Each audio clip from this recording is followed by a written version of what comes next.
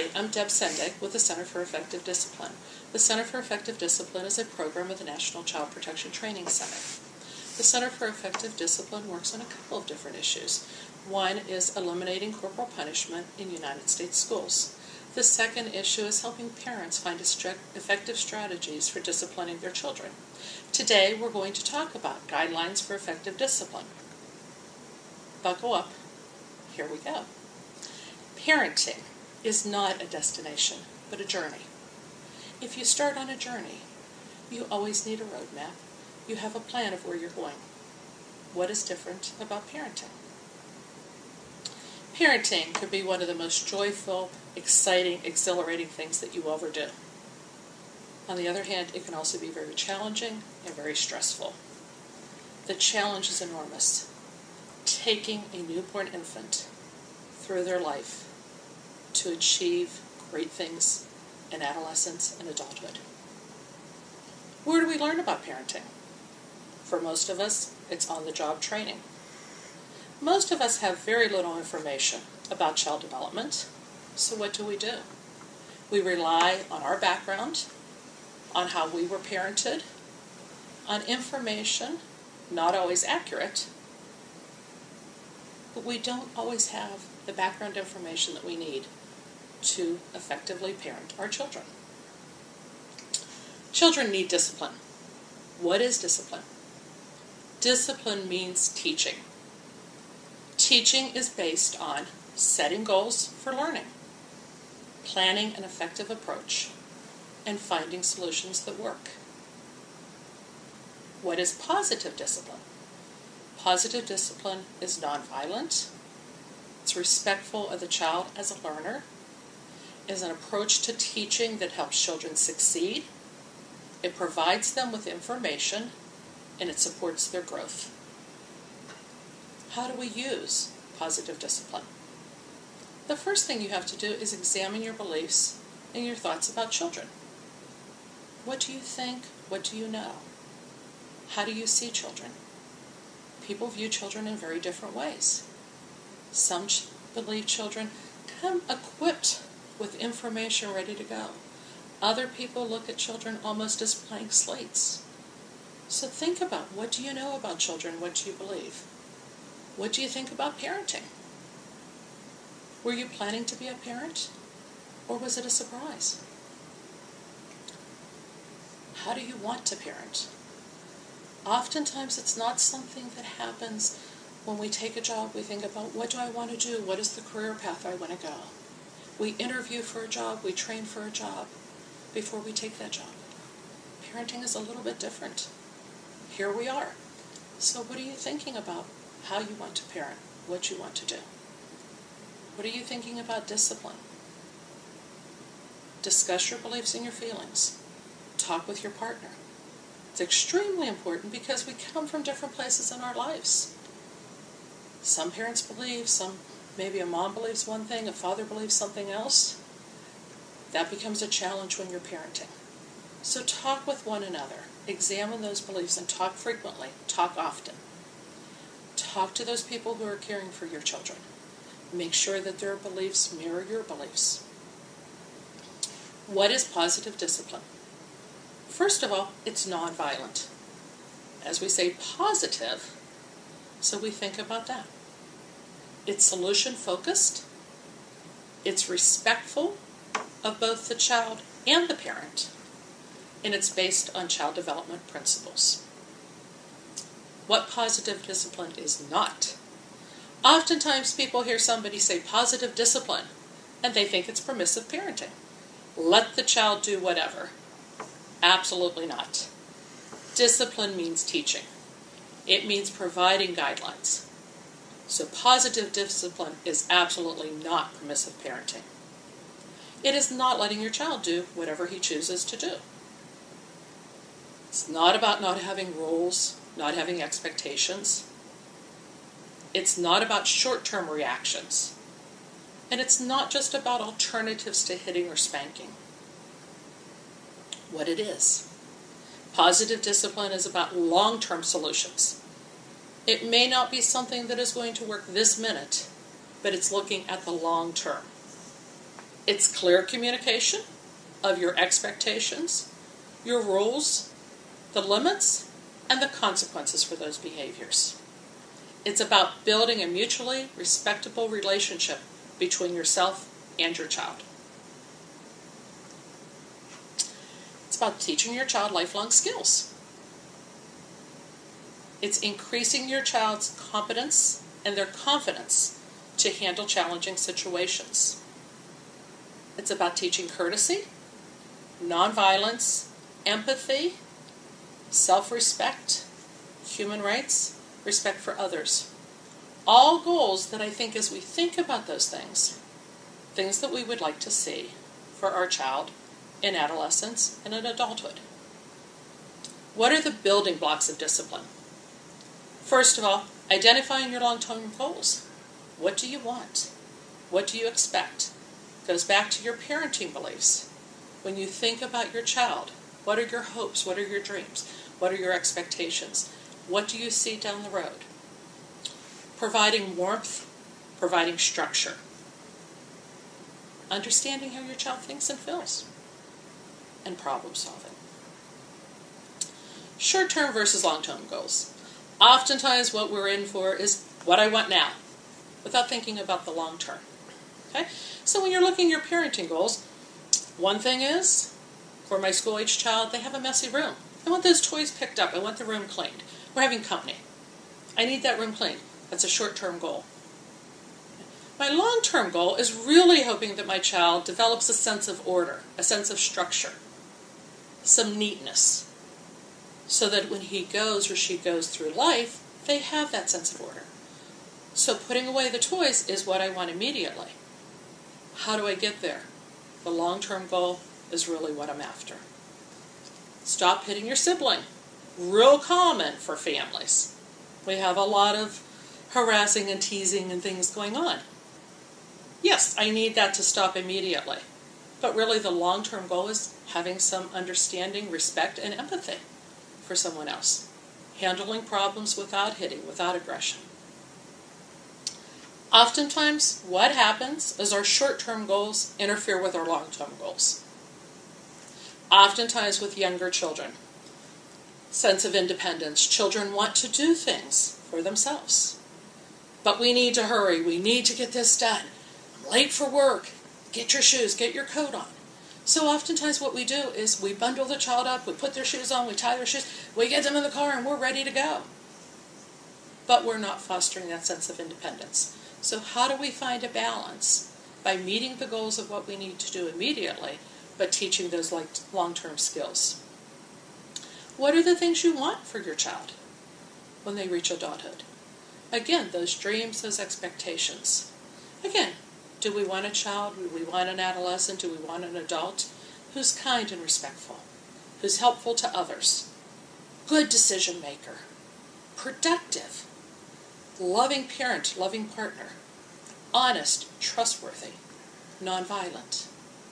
Again, these are the things that we think about when we're parenting.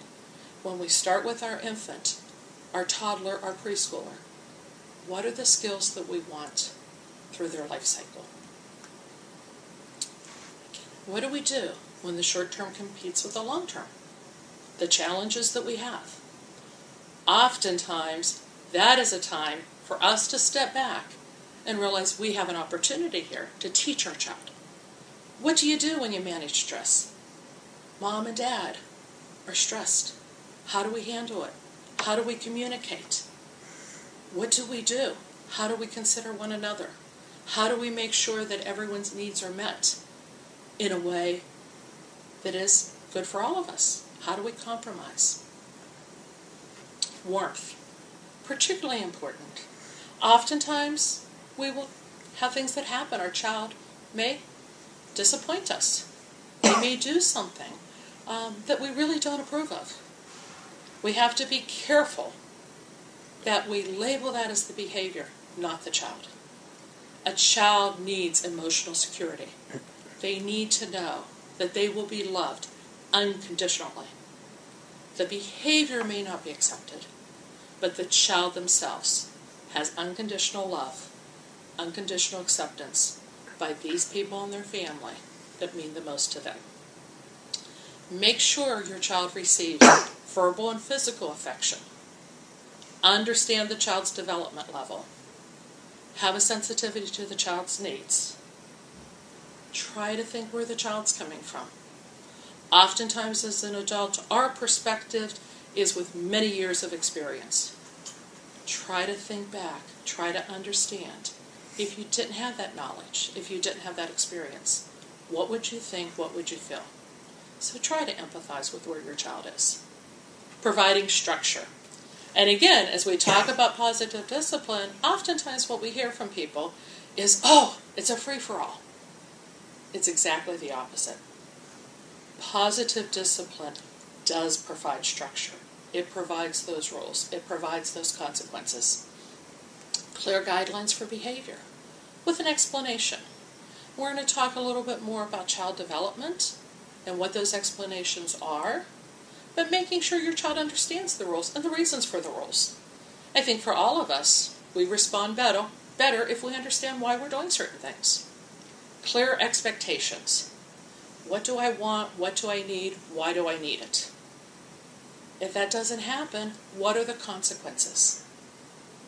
Encourage your child to be part of that process. Encourage them to think about what options there are. Help them to think about solutions. And learn to negotiate. Why is structure important? Again, structure is important for all of us. We need to know what is happening in our world. Structure is important in our life. Structure is important in our work. Structure is important in everyday living. If we don't have structure, we're not sure how to behave and what to do. Structure helps children to understand what's expected. It also helps them to understand when they've made a mistake and how they can fix that mistake. Ways to provide structure. Prepare your child as much as you can. Let your child know what is happening, why it is happening, and what is expected at that time. Anytime, child as well as an adult, if you go into a new environment, a new situation, you want to know, what am I supposed to do? How am I supposed to react? What's going to happen? The more we're prepared, the better we respond. That's even more so for children. Again, understanding reasons, understanding what's behind that. Listening to someone else's point of view. Your child has a point of view. It may not sound valid to you. It may not be reasonable.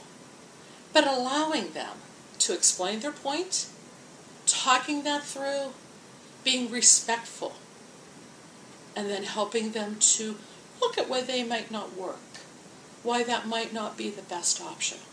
But again, letting them have a say, letting them being part of the decision.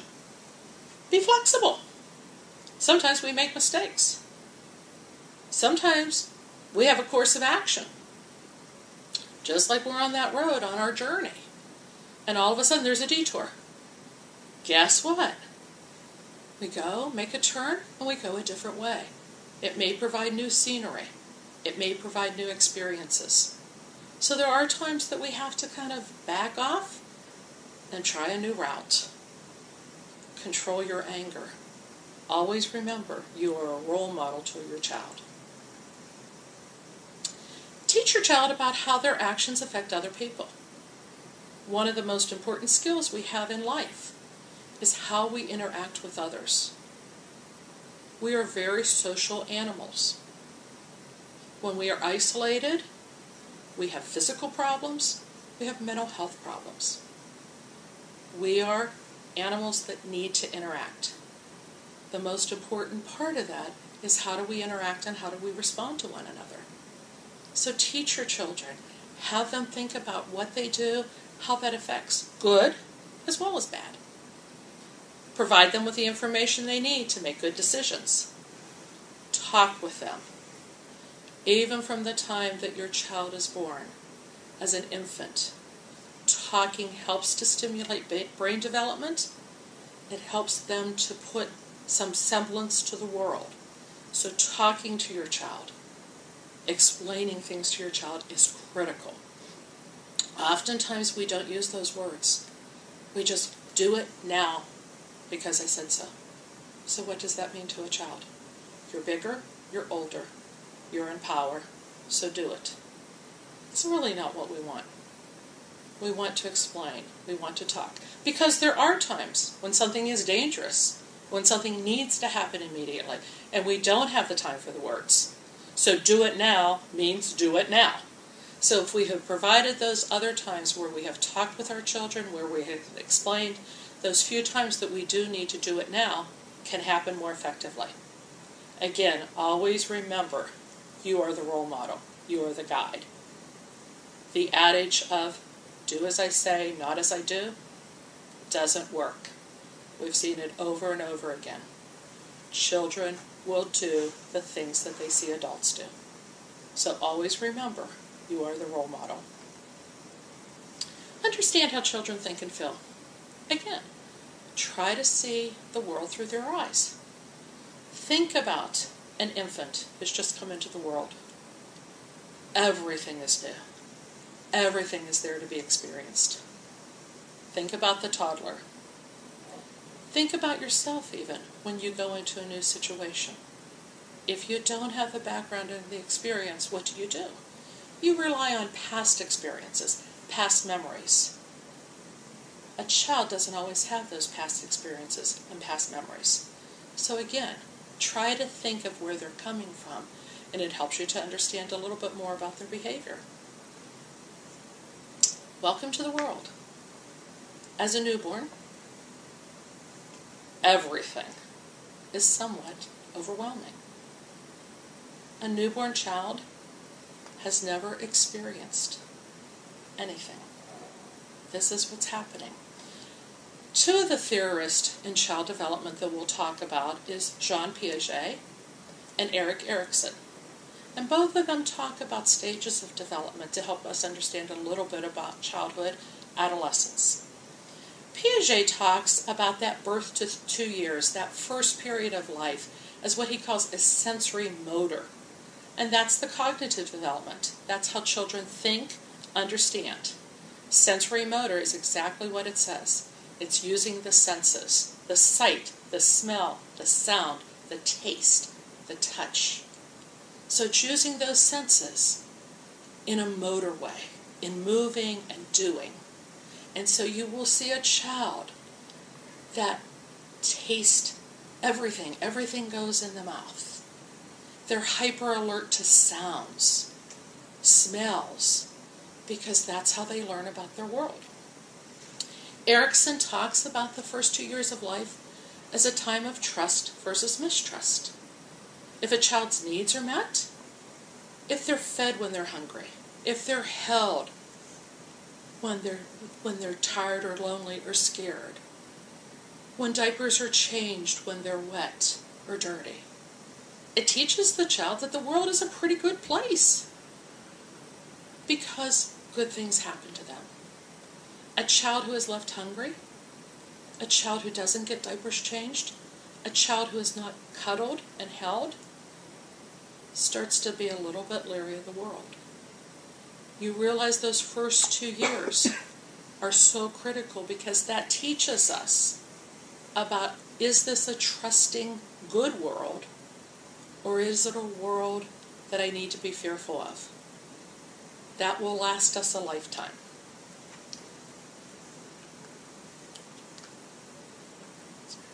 Crying. Infants will cry. It is how they communicate. It is how they let us know what is happening. It is also important for their lung development and their brain development. Infants will cry hours and hours a day. We as parents have to be able to learn to understand that and to cope. Our infant is not crying in order to upset us, in order to make us angry. Our infant is crying because that's what they do. Be prepared. They will cry at the times that are least convenient for you. They will cry at 2 a.m. while you are trying to sleep. They will cry when the phone rings. They will cry when a visitor comes. They don't have a clock that tells them it's 2 a.m. or mommy or daddy's on the phone, or a visitor is here. That is how they communicate. Oftentimes they will cry because they're hungry, because their diaper needs changed, because they are uncomfortable. Something may be bothering them. It could be that the room is too hot or too cold. It could be the clothing is too tight. It could be that their fingers are stuck up in their sleeve. So we need to check to see, is the child okay? Other times they just cry because that's what babies do. It's very, very important that we try to make sure their needs are met, because again, it goes back to the trust. If we meet the needs, we have a child who learns to trust the world. If the crying becomes overwhelming, which it can, for all parents, there are times when the crying becomes too much. Make sure you have a plan. It is okay for a baby to cry. After you have checked to see everything is fine, if that baby is still crying and you're feeling you're getting stressed, your stress, your anxiety will make that baby uncomfortable. If you have someone that you can turn to, ask that person, can you take care of him or her for a few minutes, or maybe an hour, or maybe let me take a walk, if you know that baby's going to be safe with a person that can provide for them. If not, it's okay to put the baby in the crib. It's okay to put them in their car seat. It's okay to put them in a bouncy chair. Make sure they're secure. Make sure they're safe. Put some music on and dance. Go splash some cold water on your face. Go call a friend. Do something that helps you relax so you can come back and care for your child. Never, ever, ever, ever shake a baby. Toddler. Toddler stage is, I'm in the chair. Our idea is the chair means your feet are on the floor, you're sitting. Well, choose your battles. He's in the chair, he's in the chair. Ages 2 to 3. For Piaget, it's pre-operational. It means that children right then really rely on the here and now. It has to be present. It has to be concrete. They don't have experiences to go back to. So really things are what I see, what I feel, what I experience. For Erikson, it's a stage of autonomy. I can do. And as you see a toddler, they're into everything. They're experiencing. They're experimenting. They're into everything because that's how they learn. Language begins. The toddler can start to think about things. They now have language which gives them a little bit of a name for something, and so then a mental image that can continue beyond seeing it. So they know that's a dog. They know what the dog does. They experience. They're with the dog walks out of the room. They still remember what a dog is. That piece is coming into their development. They don't have a concept of time. So when we say, we will be ready in 20 minutes, 20 minutes could be a lifetime, or 20 minutes could be a second. Toddlers learn by doing. They need to experience. The more opportunities they have that are safe opportunities for them to interact with people, other children, adults, with objects in their environment, the more they learn. Their memory is short-term. So when we redirect their behavior, that lasts for a minute or two, and they may be back. So when we say no, hot, don't touch, we try to explain that lasts a short period of time. A few minutes later, they're back, and we have to remind. So there's a number of things we need to do, but oftentimes what we need to do is redirect young children. Make sure the environment is safe for them. The preschooler. The world is opening up even more. It's a stage of cognitive development, again, that's the pre-operational. They're still in that period where they need the concrete before they can actually experience. It's a stage of initiative, Again, wanting to do, wanting to take charge, wanting to kind of do things on their own. And we hear that often. I can do it. It's mine. Let me do. They're very proud of their work. They're very proud of the things that they can do. Their thinking is influenced by fantasy. They don't always know what is real, what isn't real. What's an animate object versus an inanimate object. So the flower feels for them. So if we step on the flower is hurt. They don't have an understanding that that flower doesn't have feelings. They see things from their perspective because that's the only perspective they have.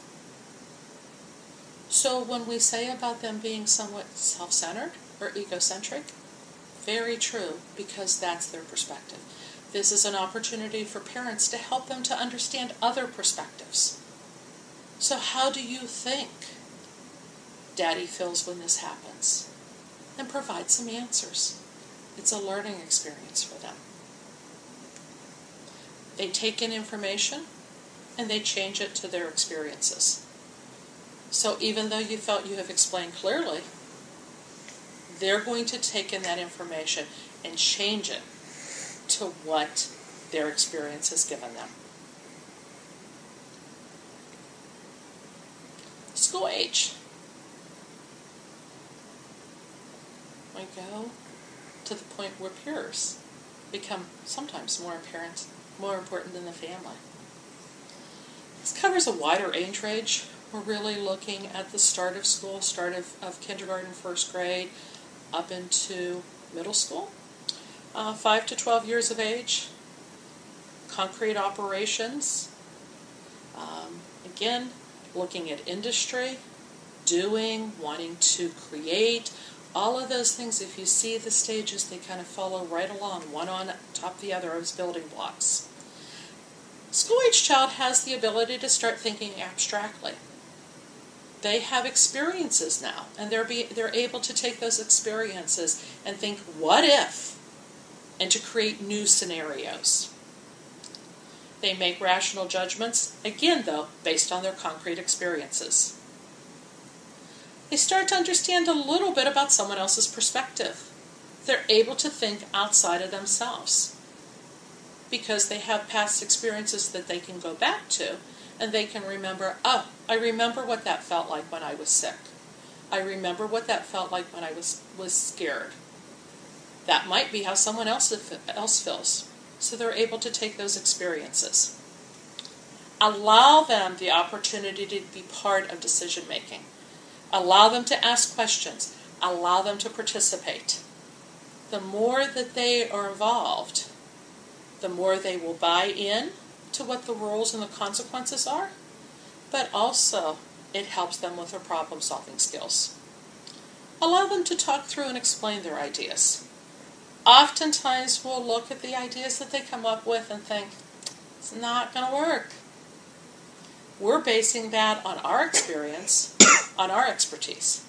We need to give children that opportunity to think it through, to decide what can and can't work without putting an automatic judgment. As much as we can do, use natural consequences.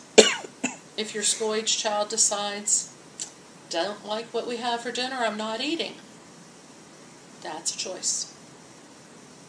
If your decision in your home is that there's not another meal provided because the meal is something that your child has eaten in the past, you know they like it, you know it agrees with them, they just don't want to have that tonight.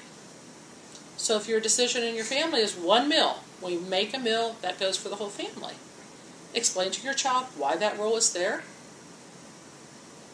If you allow them to make themselves a peanut butter and jelly sandwich, that might be fine. But if your rule is, nope, this is the meal, natural consequences, you might be pretty hungry. Okay? So we don't have snack until after dinner. Dishes are cleaned up, homework's done, then we have snack. So you may have to go from 5 o'clock till maybe 7. Child's not going to starve during that period of time, but that's a natural consequence. Again, look at things that make sense.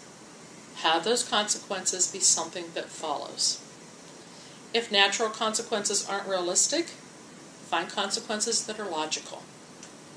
So if we've asked our child to bring their bike in after riding it, not to leave it in the driveway, because if we leave it in the driveway, it might get stolen. Or Dad may run over it when he backs the car out of the garage tomorrow. Or a number of things can happen. Well, a natural consequence is leave it out. If it gets stolen, it's gone. If Dad runs over it, it's damaged. That's a natural consequence. But for most of us, we don't have an extra $75, $100 or whatever to buy a new bike, which we know eventually we would want our child to have a bike. So maybe the logical consequence is, if you choose not to bring your bike in, I will do it for you. But that means you will not have bike riding privileges for the next 2 days.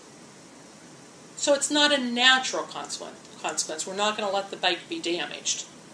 But the logical is, if you don't take care of it, you don't have the privilege of riding it.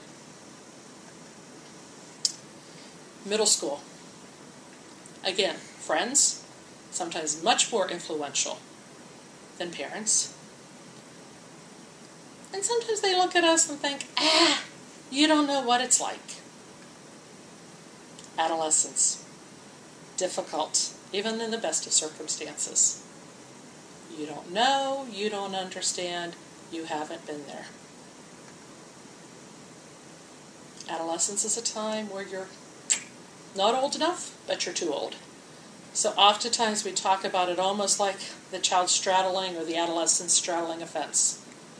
And oftentimes as parents we give messages, well, you're too old that I should have to remind you, and we have to do this again and again. You're too old for that. And so the adolescent comes in and says, well, I'm going out with my friends and I'm driving. Whoa! How can you make that decision? You need to ask permission. You're not old enough to go do that stuff on your own. So again, it's a hard time. It's a hard time for parents. It's even a more difficult time for adolescents. Stage where they're able to have formal operations. It's really functioning almost in the same realm that they will function as an adult, with more experience and more exposure. But formal operations allows them to do that abstract reasoning. They can think about what if. They can take things and extrapolate. They don't have to base everything on concrete. It's a stage of identity. Who am I? And who am I going to be? The world is opened. They're able to experience and think about things from many different perspectives. Again, they've had experiences through their life. They've talked with their friends. They've read. They've watched TV. They've experienced a lot. So they can start to now take other perspectives. A lot of pressure on adolescents in our society. Again, of what are you going to do? Where are you going in your life? For adolescents, they need to be a very active part of the decision making for discipline. Allow them to think through what consequences should be. Help them to understand why the rules are set up. You won't always agree. But again, if you've set up the foundation, there will be that time of the give and take. Temperament. Extremely important because each of us have a temperament. If you're parenting in a two-parent family, mom has a temperament, dad has a temperament. Sometimes those compromise and match. Sometimes they don't. The difference is, in the parenting, you usually have chosen to be together. So you tend to pick someone who kind of compliments you or challenges you in a way that you appreciate. When your child comes, that's a different situation altogether. We don't pick their temperament. So we have a mom's temperament, a dad's temperament, and a child's temperament. How does that interact? We may have a child who's highly active with a parent who's more laid back and casual. We may have a person who is predictable. They want things to happen in a certain way. Or someone else is more spontaneous. Someone might like new situations. Jump into it with both feet and ready to go. Someone else might be a little bit more cautious, need more information. Some people adjust fast. New situation, let me see what's going on, and I'm in. Other people take a little bit more time to reflect. Some people can have everything happening around them. They have a purpose, and they go forward. Other people are very easily distracted. Some people are very persistent. They have a goal, they work. Other people are less. Some people are very intense. Other people are more laid back. So we talk about all these things in temperament. We can all think of somebody that we know. And our reaction is, oh boy, I don't want that person who's so intense. Wow, I'm tired. I'm exhausted just by being with them. What happens if your child's intense and you're a more laid back person? So temperament is critical in parent-child relationships. Oftentimes we will see a parent have more difficulty with a child that's different than them. That might be when you have to look at who else can help you, who are support systems. So if your child is real intense, you may need those breaks where you say, you know what, we're going to involve you in this group, and that's your break time. Or another parent or another support person. 4 main principles of effective parenting. Guide, not punish. Makes sense for all of us. If I'm in a situation, I want to know what's expected. I appreciate the guidance. The punishment is negative. It makes me react differently. So the first thing we want to do is guide. We want to focus on the positive. Everyone wants to hear the good things. We know there's negative, but focusing on the positive makes us feel good about ourselves and good about what we're doing. Be prepared. Be consistent. Guide, not punish. Again, letting children know what we expect and why. Serving as a role model of what to do. It's difficult if the language I use is inappropriate, and then I discipline my child for using that language. If my child has heard me use that language, chances are they will do it too.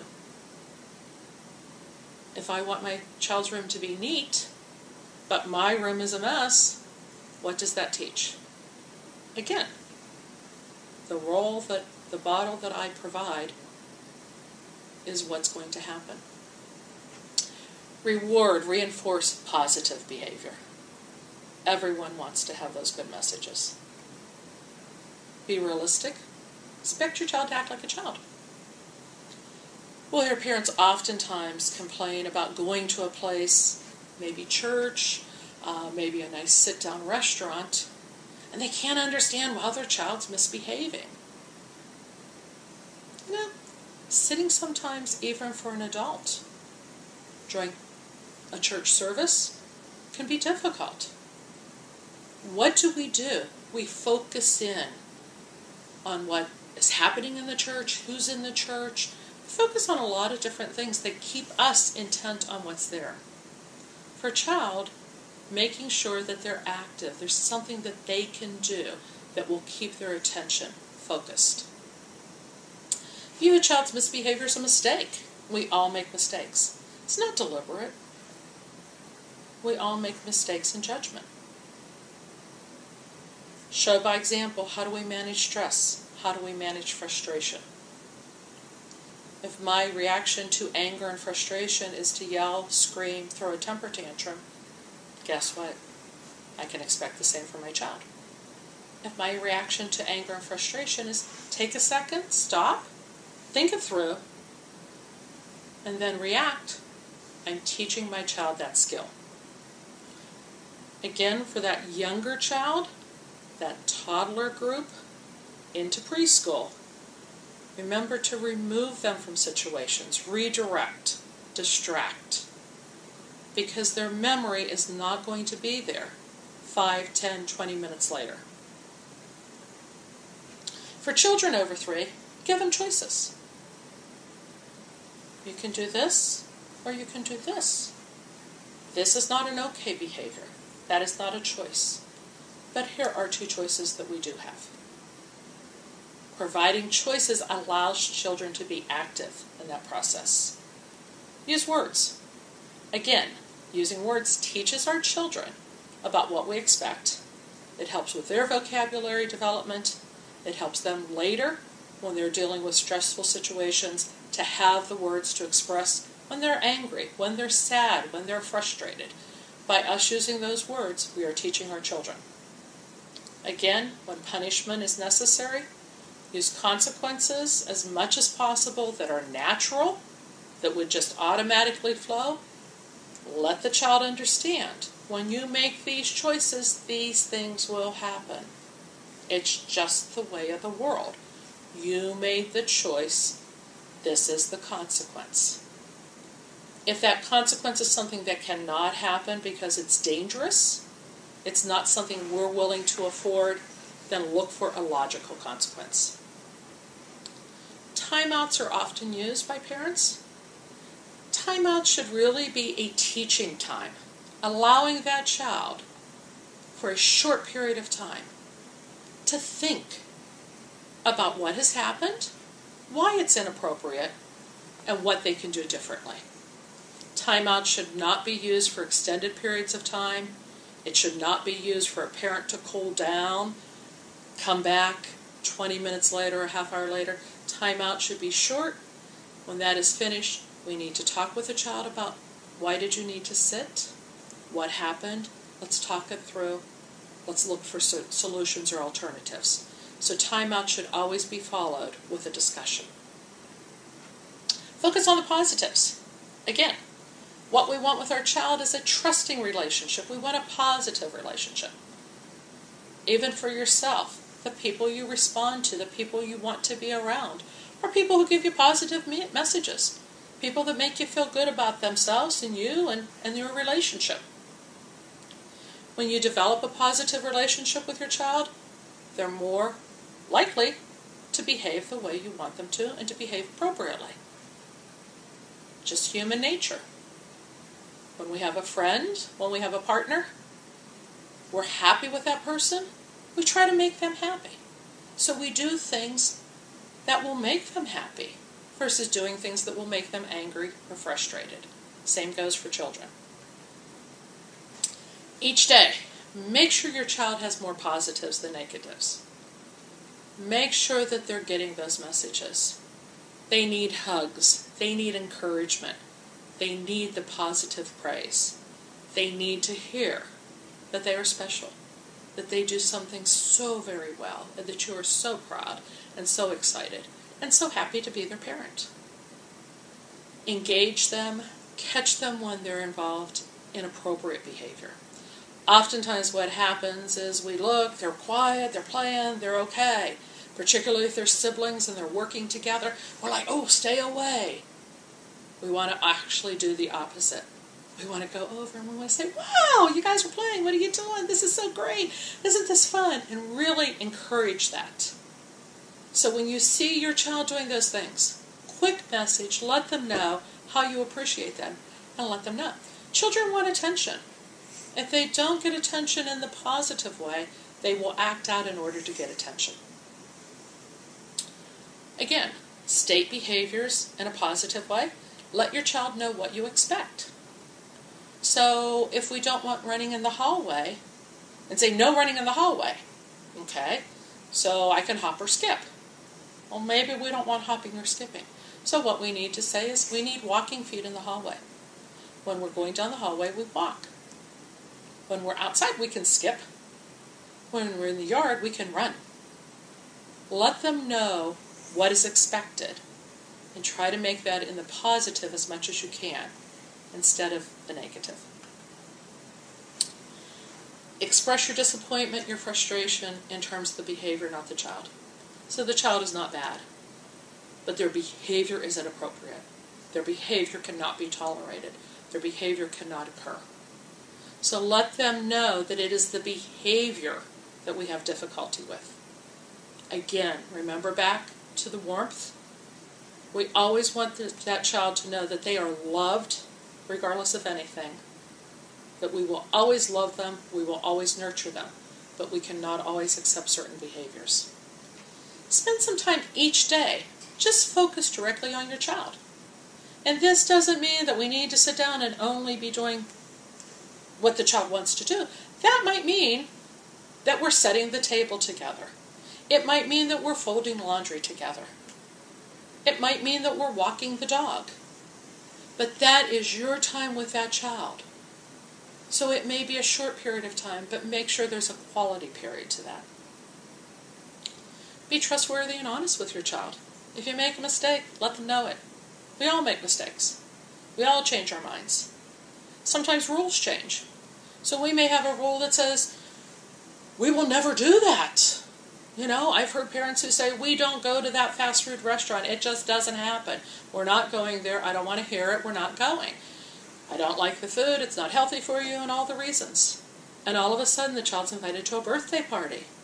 And we want the child to be able to go to that birthday party. So explain and say, change my mind, and here's the reason. That's not really a mistake, but it's a change in judgment. This is the reason we're doing that. Sometimes we do make mistakes. Sometimes we become so angry, so frustrated, we lash out. We may say or do something that we're not really proud of. It's okay to say to your child, I was really angry. I lost it right then. I'm so sorry. But I said that.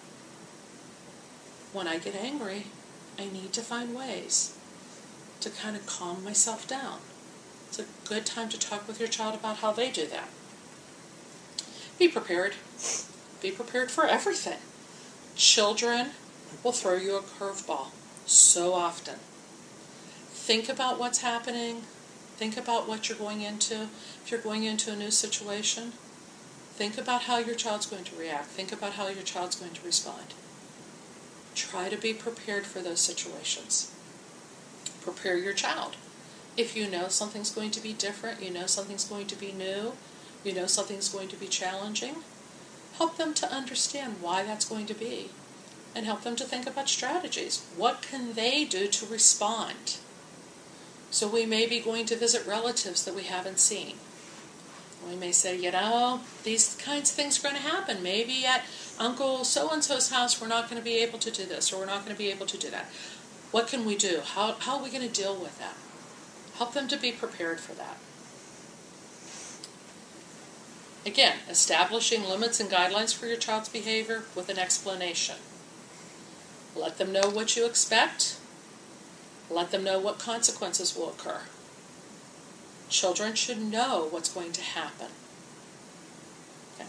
If you don't know what's going to happen, again, have them be part of that decision making. Be prepared for challenging times.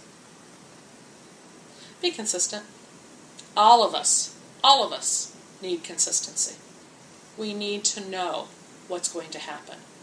The more consistent our environment, the better prepared we are and the better we react. If we live in times that are chaotic and inconsistent, it adds to our stress level, which again affects our mental health and our physical health. It does even more so for children. They need to have consistency. If life's unpredictable, they don't know what to do. They don't know what experiences to rely on. The more that you can give them consistent messages, the more they can go back to their past experiences and rely on those memories and those consequences to behave appropriately. Follow through on your consequences. Follow through on the consequences that have been decided upon. Oftentimes we will have a situation and go, oh gosh, I said this was going to happen. It's important that it does. Because if it doesn't, children then start to question, well, I was told this, but then this. So the more that we can follow through, the more that we can be consistent with those consequences, the more our child understands that the rules have a consequence. If you don't follow the rule, something will happen. That's the way of life. If they earned a reward and then misbehave, oftentimes what we think is, okay, you're not getting the reward, it's finished. No. If they've earned that reward, allow them that reward for that particular behavior. But there is a consequence for the misbehavior. So don't take away the award that they've earned. That's not fair. Think about at work if you get a raise. You miss a day of work, haven't called in, they take away the raise. How do you feel? Not fair. Provide a consistent routine. Again, when your child misbehaves, explain why that behavior was not appropriate. Ask them what should happen. Oftentimes what we find is that children are harder on themselves than we would ever be. So maybe we would think about, as I talked about the bike example, the bike was left in the driveway, can't let that happen, I had to bring it in, so there's no bike for 2 days. Sometimes you'll hear a child say, I shouldn't have a bike for 2 weeks. Well, we may talk to them, okay, so that's 2 weeks, okay, let's look on the calendar, let's talk about that. I agree you shouldn't have the bike, but maybe 2 weeks is a little bit long. This is the first time that's happened. So why don't we think about maybe 3 days? And then you'll have your bike back. Now, if it happens again, then it may be 2 weeks. But right now, let's just go with the 3 days. But allow your child to be part of that. Remember, being consistent doesn't mean being rigid. Sometimes we do have to adapt. Sometimes we do have to change. And again, that's the time we say to our child, I said 2 weeks. I really did, didn't I? But as I thought about it, I think I'm being unfair. And here's the reason. So it's okay to change, but make sure you provide that explanation. Practice patience. Positive discipline doesn't come overnight. Children are daily changing, learning, experiencing. So you have to be patient. All of us, adults, children, we all stumble. We fall, we get back up, and we start again. Ultimately, we will succeed. Thank you. Our website is www.stophitting.org. Again, it's harder to see on this, but we have information for positive parenting on our website, and our email is info@stophitting.com. So any parenting questions that you have specific maybe to your child or your child's stage of development, you can email that to us, and we will try to get you some information. Thank you very much.